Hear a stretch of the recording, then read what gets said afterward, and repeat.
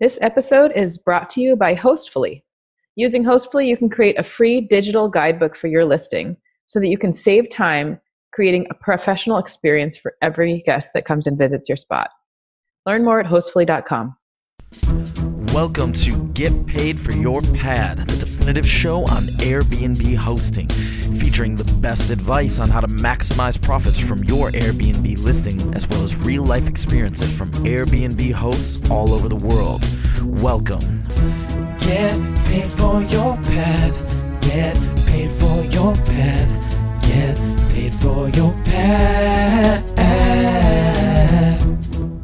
Get Paid for Your Pad, episode number 268. Today I'm discussing the news in the world of Airbnb and short-term rentals from the last couple months with, of course, Marco, the CEO of Hostfully. Marco, how are you doing?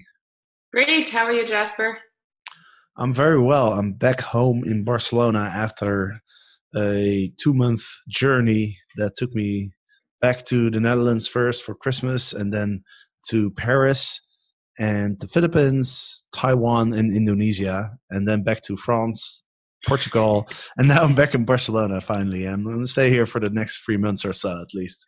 Well, that's enough miles for like a business class ticket. Yeah. Good Well, for you. the thing is, I tend to fly. I don't really get a lot of miles anymore. I don't know about you, but I used to get a lot of miles, but now every time I book a ticket, I usually just book the cheapest ticket.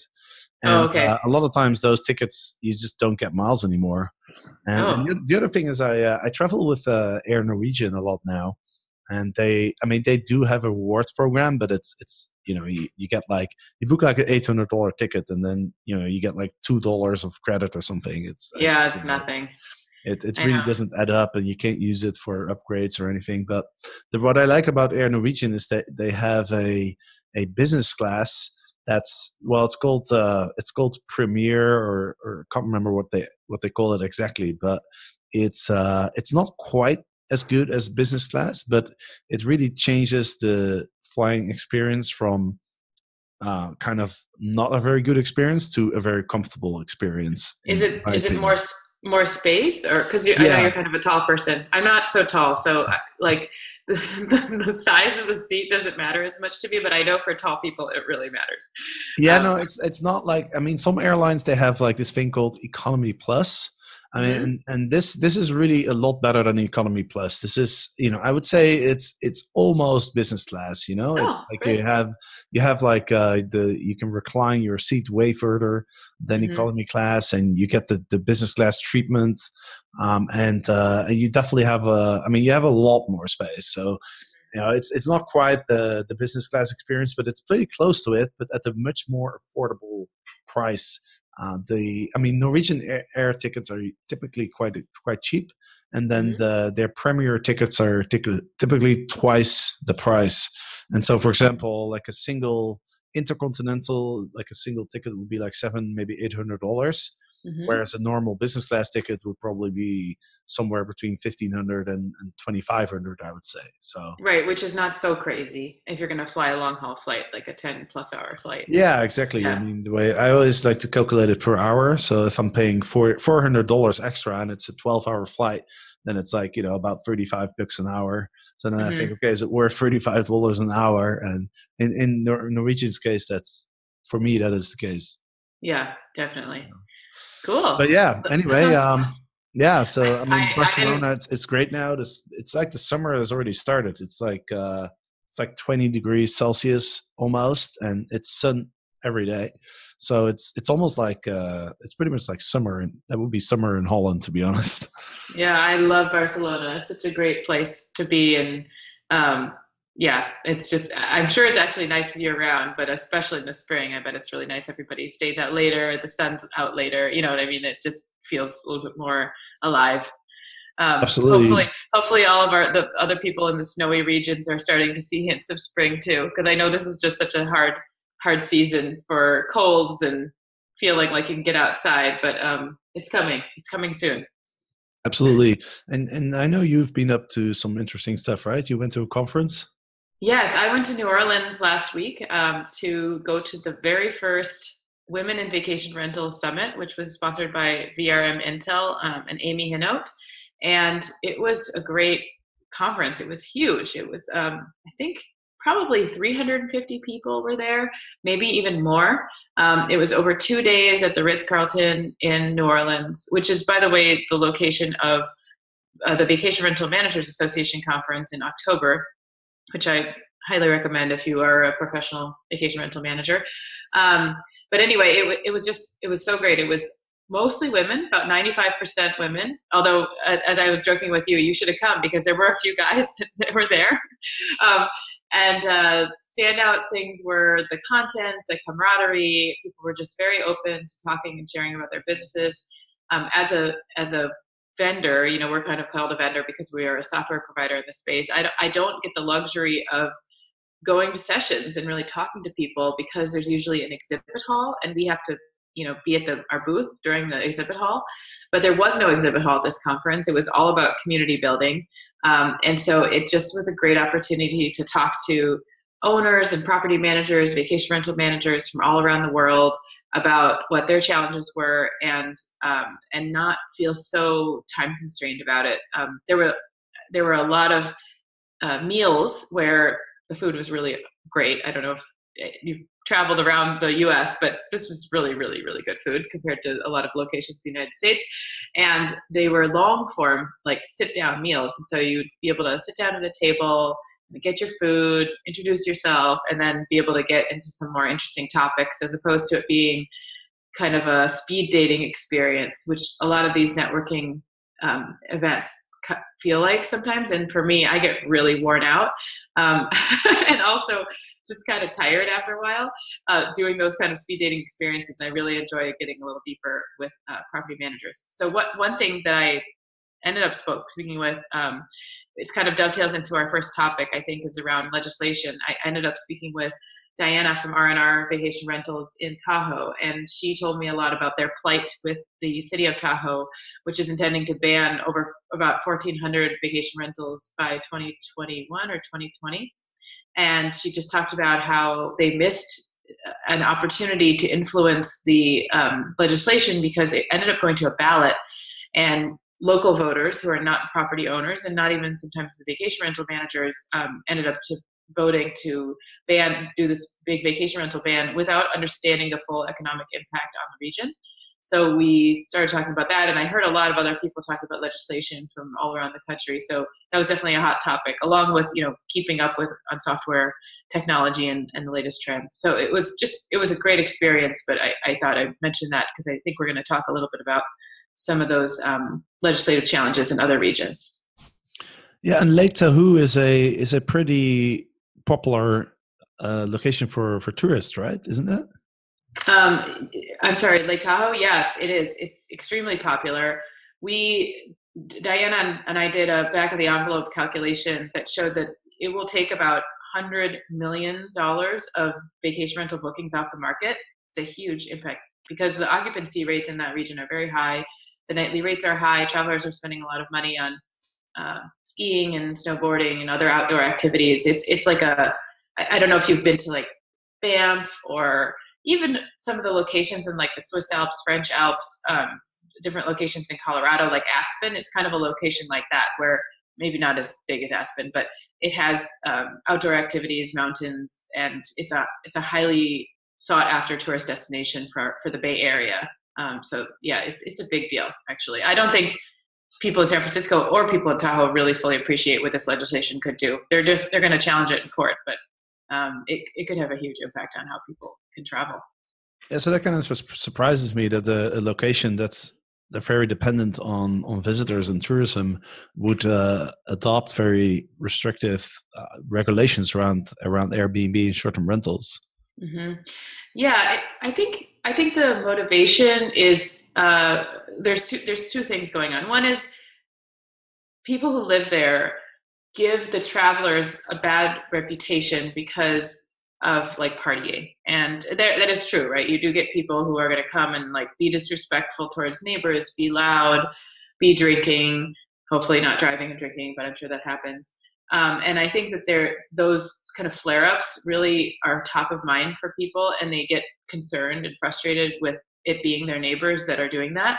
And then the second thing I think is that they don't realize how much commerce travelers bring to the region. I just don't think they realize it. I don't think they realize that the traffic that they get in their coffee shop and their bakery, and if they're a service provider like a cleaner or a maintenance person, they do gardening. Like, I don't think they realize that the income of travelers is actually what drives their businesses. They might be like 1 or 2 degrees removed from that, but it's kind of like NIMBYism a little bit. Like they're like, well, we want economic growth and we want commerce, but just not next door to me. So I think it has to do with just maybe having 1 or 2 bad experiences with vacation rental travelers and then using it to stereotype all travelers, which is unfortunate. But it is interesting that they voted against it. Yeah, and I think one of the more important things that we can do as hosts is to always recommend our favorite places to our guests. Our favorite coffee shop, our favorite restaurant, and make it personal by telling those people, hey, this is the name of the chef, or this is the name of the person that works there, and to tell your guests, hey, when you go there, like tell them that I sent you, right?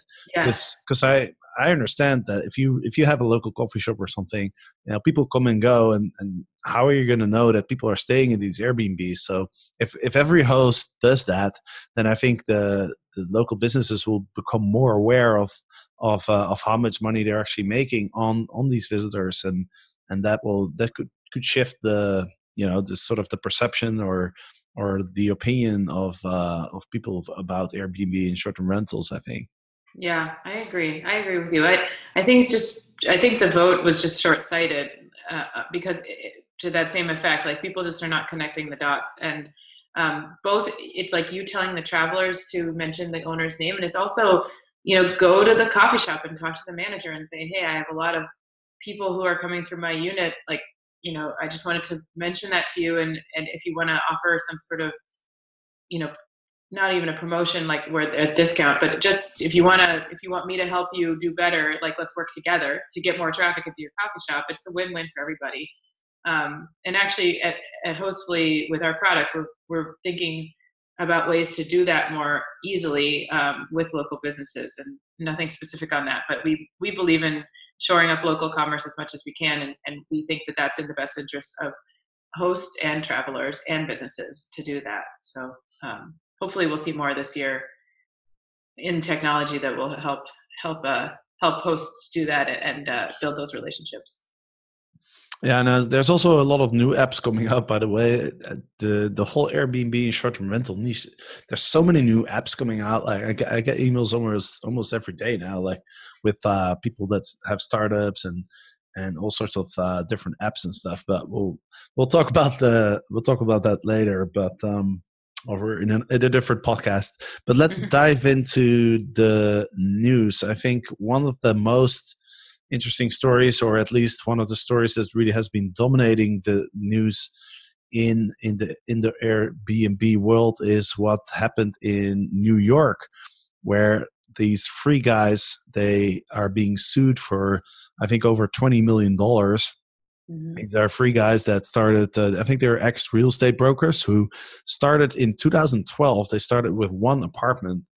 They were kind of like failed real estate brokers. Right. That's the funniest part about it. Yeah, exactly. Yeah, they were looking for some opportunity. And in 2012, I think one of the guys rented 1 apartment and figured, hey, you know what? I'm going to try Airbnb. And at the time, nobody was really talking about Airbnb much, and definitely not the legislators and the local governments. I remember I started in 2012, kind of in a similar way. Well, the difference was I owned my apartment, but I also thought, hey, let's try this Airbnb thing. I just recently heard about it and didn't really have much expectations. But then this guy rented out 1 apartment and was doing really well with it. And so over the last 7 years, these guys have expanded to over, I think they have over 100 Airbnb host accounts. They have 18 corporations that were involved in essentially running an illegal hotel business. using the re-renting model. So they managed to find enough landlords that would allow them to either rent out an Airbnb, or they didn't tell the landlords. I know in some cases they definitely didn't tell the landlords, but they were renting out over 130 apartments to over 76,000 guests through Airbnb in the last 7 years. So obviously these guys made a fortune. But other than the fact that obviously they're doing something illegal, I have to say I'm a little bit impressed, because one of the things that I was considering, when I realized back in Amsterdam that I was actually doing something illegal, I kind of thought about my alternatives. I'm like, okay, what am I going to do? I could, I could sell the house and move somewhere else with my business, or what if I have like multiple accounts and I change the address a little bit?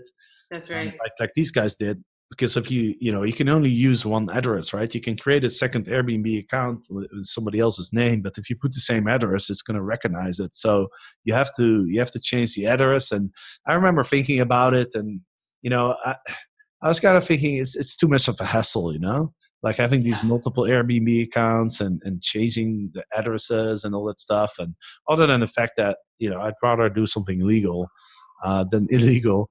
But these guys had over 100 Airbnb accounts with like fake names and fake addresses and stuff. I mean, it must be a hell of a lot of administration to keep track of everything. Yeah, well, I had the same reaction in that, like, I'm sure there were thousands of people who did it slightly illegally for a while. Like maybe they had a second location, and then they were like, oh, this is just a hassle and it's not legal. It's not the right thing to do. But I can sort of see exactly how this happened, where, I mean, I don't know. I have no idea. I don't know these guys, and I don't know exactly how they did it, but where like they probably figured out for the second and the third. And then once they got to the fourth and the fifth, they probably were like, well, we're already doing this, and like, we're not in trouble yet, and no one's caught us, so let's just keep going. And then they probably started to build tools that would aggregate and like create a centralized calendar and like alert them when they needed to communicate with guests, or like I bet they actually built a fair amount of infrastructure to support it, because managing 130 different rooms or apartments or whatever you have, it's hotel scale. It's like actually mid-sized hotel scale, not even large, or not even small hotel scale. So like it's pretty impressive. But I also thought it was really funny that when they were interviewed, they were like, oh yeah, we've done nothing wrong, which is like, they basically went around everything, right? They went around the New York laws. They went around Airbnb's own laws on the book platform. And I know that they have to say whatever they need to say to like, I thought it was pretty crazy that they did an interview at all. But I thought it was funny that they were like, oh no, like nothing's wrong here. Like move on. It's like, what? You have a huge business, and you're obfuscating all these laws that make you doing something very illegal. So anyway, I thought the story was kind of entertaining. But I think there will be like one or two more of these before everything shakes out. I bet they're not the only ones that figured it out. Oh no, they're definitely not the only ones. But I would think that at this scale, they're probably one of the bigger ones, I would think. Yes, yeah. But also, the city also sued 5 buildings for not cracking down on the Airbnbs managed by these guys and his partners, despite violations issued by the city. So I guess the city already issued some, or they notified the building owners, or I don't know exactly how they did it, but yeah, some of the buildings, they probably like kind of allowed it. And they were probably aware of it. So there's a lot going on there, but oh yeah. But in any case, I think they had like 5 to 10 units in each building, kind of thing, and then the building just turned the other way. I mean, look, if you have 5 apartments or 10 apartments in a building, I mean, they're gonna find out at some point, right? I mean, the door guy, the management. I mean, it's gonna be pretty obvious. Right? Yeah, exactly. I mean, I would find it very unlikely that you'd be able to hide that from everyone, especially for like a prolonged time. So I don't know exactly how they manage that part, but in any case, they're suing them for 20 million, which is I think the estimated amount that they earned. So I think this guy, these guys are really in trouble because I'm sure they've spent a lot of that money already. Yes. Yeah. So it sounds like he wants to reach a settlement with the city, and then hopefully for him or for there's three of them I think, but the guy was interviewed, Mr. Beckham. It was just one guy, and I hope that they might go bankrupt. I think if they. Well, we'll see. We'll see. I mean, they knew what they were doing was wrong, so probably they were also squirreling something away too. I don't think they were like. I'm sure that they had an inkling that they might get caught. So yeah. I don't know. I've never been a criminal, so I don't even know how to start thinking about it. But I'm sure if they were smart enough to put all this together, they probably were smart enough to at least try to engineer some way to keep the money, even if they do get sued for it. So we'll see what happens. Well, I stole some candy when I was like 8 years old or something, but I didn't get sued for it, so That's right. it was all good. My sister was the one who stole the candy, and then I watched her get in big trouble, and I was like, oh, I'm never going to do that. It's a bad idea, yeah. Hi, my name is Margot, and I'm the CEO of Hostfully.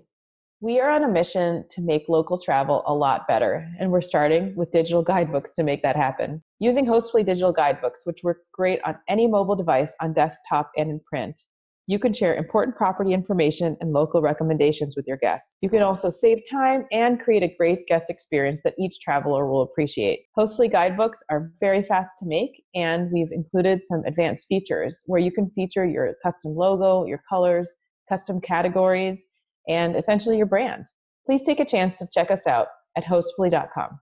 Talking about New York, there's also an article on CNN about the city subpoenaing. I can't pronounce that word. Subpoenaing. Yeah. You're gonna have to help me. Airbnb for data. So essentially, what the city is saying forces them to give up information. A subpoena means that you're like forcing someone to disclose something. Right, and Airbnb, I think they're saying that would violate the Fourth Amendment, free from search and seizures. But anyway, basically, the city of New York is saying, hey, if you guys, because Airbnb is saying, hey, we're really promoting like hosts to stick to the rules and not do anything illegal and stuff. But then the New York City is saying, well, why don't you just give us all the data and then we can actually check that no one's doing anything wrong.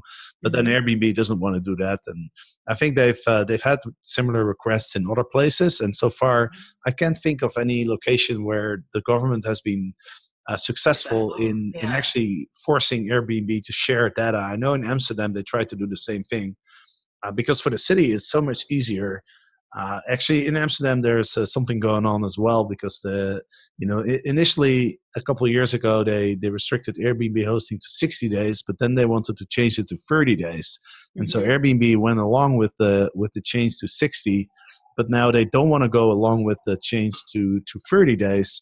And so now the city of Amsterdam is hiring extra people to find the hosts that are renting out for more than 30 days, which obviously costs a lot of money. So they've been pressuring Airbnb because if they can get the data, it'll just be so much easier for them. Yeah, it's an interesting question because it really I know that I'm not too concerned that the New York city government is going to do anything with data that it collects from Airbnb, but it could. And there's a lot of concerns that people have around sharing private data, right? Like at what point does it become too invasive for companies to have the data and then share it with the government? It's a really big question. There's a company out there that actually its job is to go in and look and see if different businesses are tax compliant, and it's adding vacation rentals to that list. And so this is a little bit of a different angle. It's pulling data in from different sources, and then it will report it back to local governments so that they can try to get different businesses to be tax compliant. So it's a little bit of a different angle, but I'm sure New York is also exploring this, and I'm sure that company is also trying to sell the data to them. And it's not direct data from Airbnb, but it would be like somehow they would pull public data from booking sites, from different listing sites, and then map it to locations, and then try to map it to registration information that the city has, and then they would flag accounts that were not compliant and then try to get them to be compliant. So there actually are companies out there that will do this that are third parties. And I think that that's probably the way that this will be resolved. It probably won't be that Airbnb will hand over the data, because I tend to agree with Airbnb's argument on this one. Yeah, me too. Yeah, when you give your data to a company, you do not expect that data is going to be used by the government. And I think Exactly. that's fair. Yeah. Yeah, I think there's enough information that the government already has from us. Let's see. There's a bunch of other stories that I wanted to touch on. First of all, there's a story in Skift. Skift often has like pretty interesting stories, especially about Airbnb and short-term rentals. So Airbnb has big plans for China and India. They project that at least 40% of its business will come from emerging markets by 2030, with China and India really driving the growth there. And just because, just out of curiosity, I looked up. You know how many people live in China and in India? Okay, I'm gonna guess like 1.5 billion. So I always thought China was by far the most populated country in the world, but India is catching up. Okay. I'm looking at figures here. 2018, China has approximately 1.35 billion. Oh, really? Alone? Okay, I was off. But India has 1.28 now. Wow. So they're not that much behind. And I think with China, with the one-child policy, I guess India is probably going to overtake them pretty soon. But together, they have 36%, so more than a third of the total world population resides in China and in India, and that's pretty interesting. That's a lot, and so it makes sense that obviously Airbnb focuses on these two countries because there's just so much growth to be found there. Yes, yeah. Go where the people are, where the money is, right? And there's something else that I was thinking about as I was reading about this growth in these emerging markets, which is I think that Airbnb is going to face a lot more competition when it enters these markets for two reasons. One is there's less legislation that's already been established, and so there's more green space for companies to come in and do this in smaller scales. Like even if you had like a bookings platform that's an aggregate bookings platform in, like, for example, the Kerala region in India, which is like a popular vacation destination in India, that company has an advantage of being able to cater better to local businesses, being able to find prospective customers more easily, and then also being able to navigate through any sort of local legislation there might be in that area. But when Airbnb comes in, they have to compete with those companies. And when Airbnb comes in, it will likely be that legislation becomes more strict because they have more pressworthiness. And so, like, local governments can wake up and try to legislate more. So what they end up doing is actually coming into a tighter market for them. And so on the home front, they're having to fight legal battles in the United States, North America, and Europe, which are regions where there's going to be more legislation already established.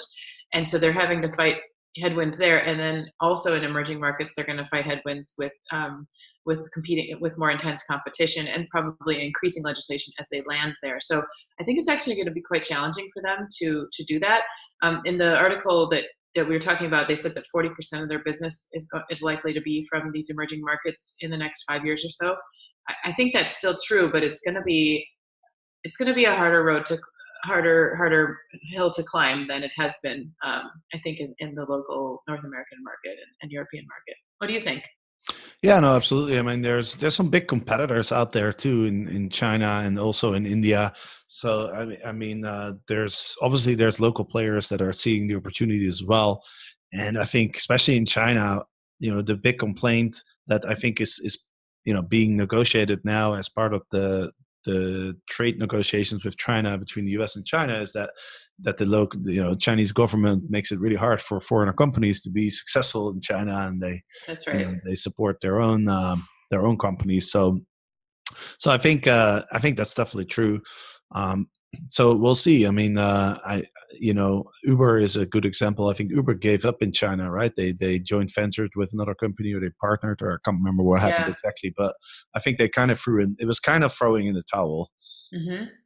So Yes. yeah, And those are like when Uber went in, they went in from the top down, kind of more like you're talking about, where you go against the top competitors. Like in China, it's like Tujia, which I think is related to Ctrip, which these are huge, huge companies. They have tons of money, but more importantly, they all have relationships with the local governments, which is in China super duper important, because the governments not only legislate on the how people can stay and kind of like the actual travel specifics, but they also legislate on how money can be passed around a lot more than in the United States. Like they can only transfer money out of the country in so much volume at a time and at a certain frequency, and they even sometimes put holds on those policies, so that like they could be like a ban, like for 6 months they're just not going to let anyone transfer money out of the country or transfer money into the country. So there are that's just an example, but there are a lot of ways that the Chinese government controls the economy, which is really different from anywhere else in the world. So it is interesting that Uber gave up, and I'm curious how Airbnb is doing, because they have to work really hard to become culturally fluent, and they also have to work hard to build the relationships, and they also have to work hard to build the business. So this three very different things. And that the fact that everything is being so closely watched in China can also be an advantage. So I actually lost my suitcase once. I left it in a taxi in Shanghai. I was on the way to the airport, and I stopped by a restaurant to have dinner with some friends. And halfway through the dinner, one of my friends asked me like, "Hey, where's your suitcase, by the way? You're going to the airport, right?" And I was like, yeah, it's a good question. Where's my suitcase? And so I left it in the taxi. I guess I wasn't. It's an interesting thing, because when you arrive at the airport, the first thing you do is like you open the trunk and you get your bag. But when you arrive at a restaurant, you don't think about getting your bags out. And so I forgot, and so we went to a local police station, and there was about 5 guys just immediately started watching all the different video recordings from the place where I got the cab, and literally within like 15 minutes they had footage of me getting into the cab. You could even read you could see the taxi company and everything, and so it was very easy for them to track them down, and so my bag was recovered within a pretty short time. I had my bags back, and wow, of course they didn't steal anything. Yeah, in time for the flight and everything too. No, right? not in time for the flight. Okay. But I mean, I was just happy to get my luggage back. I was like, I'm in one of the biggest cities in the world. I left my bags in some random taxi. I have no idea, what taxi company or whatsoever. I have very little information, almost zero information. And I just go to the police station in the hope that there's a small chance that they will be able to figure this out. And then literally, they figured it out pretty quickly, and I got everything back. So anyway, so there was some advantages of having this big brother watching you. Yeah, that is kind of creepy, but kind of great. Yeah, exactly. There's a bunch of other things that we could discuss, but we're running out of time. So let's just do another one, another news episode in a couple of weeks or so. Yeah, that sounds good. Let's do that. There's a lot to talk about in this industry. So many changes happening. Exactly. And we'd love to get on and do it again. Absolutely. And you sound so clear, by the way. What's going on there? Oh, I got a new microphone. Actually, the microphones these days, if you're at all thinking about doing any audio, which is including meetings or podcasts or whatever, interviews, I highly recommend just investing $50 in a microphone, because like you're saying, the audio is so much more superior than what you would get with your iPhone headphones, which is what I was getting by with for a long time. So I invested in a Blue microphone. I think it's called Blue Yeti, and it came in 2 days from Amazon, and I'm loving it so far. Thank you. Awesome. And thank you for getting the mic. It's nice. It sounds a lot better. Good. So, great. All right. Well, Margot, thanks for joining. And we'll be talking soon about more news events in the world of Airbnb. And to the listeners, of course, thanks for listening. And we'll see you next time.